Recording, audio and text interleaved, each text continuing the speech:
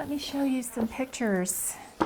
Okay, here's some of these. She did so much with her life. Elaine Graves cherishes these photos of her mom. I love this picture. Yeah. That's my mom right there. Janet Bartlett lived quite the life. From trick riding to world travel, her spirit lives on in these scrapbooks. Here she was in nursing school. After Bartlett died in 2020, Graves wanted to honor her. She always had a love for the ocean. She found Living Reef Memorial online. This is an artificial reef. Here's Living Reef owner Robert Sarney talking to us in 2015. It adds such a positive in a really tragic situation. Sarney says he sells scientifically engineered artificial reefs as an eco-friendly alternative to traditional memorials. They're made up of human ashes, seashells, and concrete. Robert Sarney says the reefs are loaded onto a sailboat and taken off the coast of San Diego, where they're put on the ocean floor. He claims the profits are used to fund a turtle rescue. What did you think? What was your first impression? I was blown away. Graves hired Living Reef in 2021 for $875 and says Sarney told her the deployment would be live on Facebook. It seemed like the perfect type of way to honor her.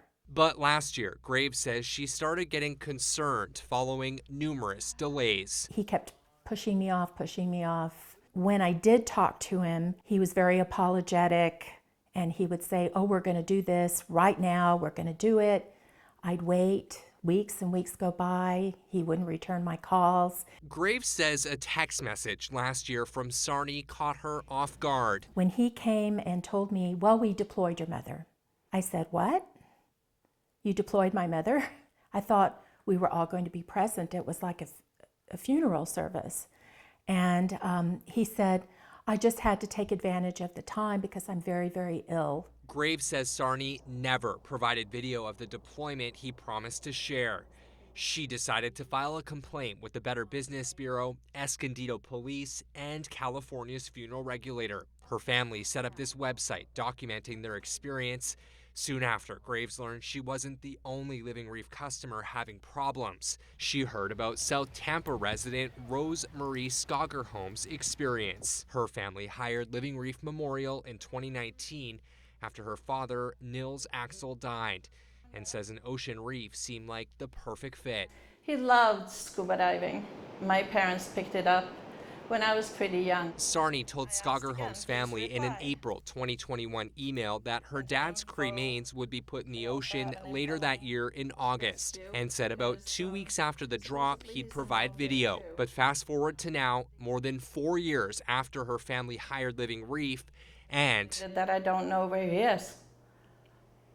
I don't know if they deployed. I don't know. And Skagerholm alleges Sarney stopped responding to messages and showed us his emails that eventually started to bounce back in November of 2021. I have never seen anything like this. Escondido Police fraud detective Mike Nelson investigated Graves' complaint. My first impression with this case was just a lot of emotion involved with it, urgency for resolution to basically locate lost family members. Detective Nelson's investigation led him here to Imperial Beach, where he made an unusual discovery in the backyard of a home. We did a search of the property and located numerous what we believe to be human cremated remains and also possible pets. In total, Nelson says police found ashes belonging to 9 people. Some were sitting in unopened boxes sent through the mail. Yeah, we had several families that believed that a burial service had already been completed. Nelson was able to reunite 6 families, including Graves, with their loved ones' ashes. It was incredible,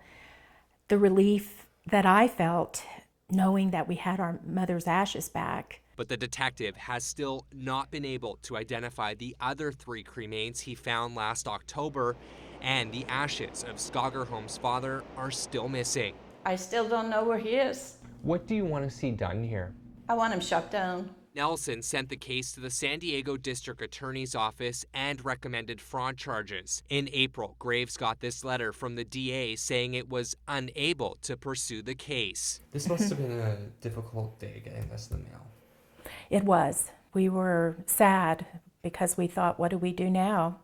How do we try to protect other people from this person. The district attorney told me after thoroughly reviewing the evidence, the prosecutor's office determined it couldn't file charges, noting a crime must be proven beyond a reasonable doubt. I'm on the other side of the country, and I don't feel that they're taking this seriously.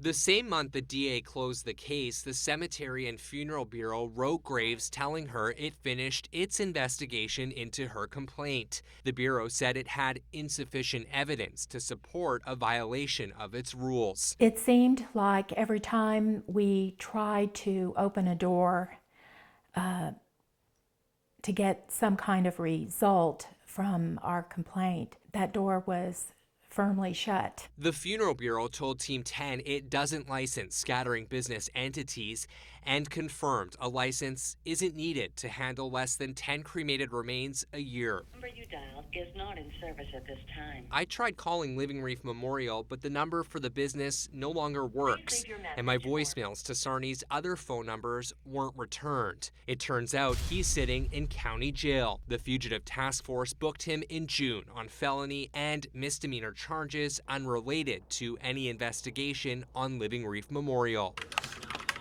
I wrote Sarni 2 jail letters requesting his response to the allegations in this story, but didn't get a reply. Back in Escondido, Graves is calling on lawmakers to act. The law has to change in California so that there is, if you are going to handle any kind of remains, you must be licensed. She hopes by sharing her experience, no other family will endure the pain and hardship she's felt. Austin Grabish, Team 10.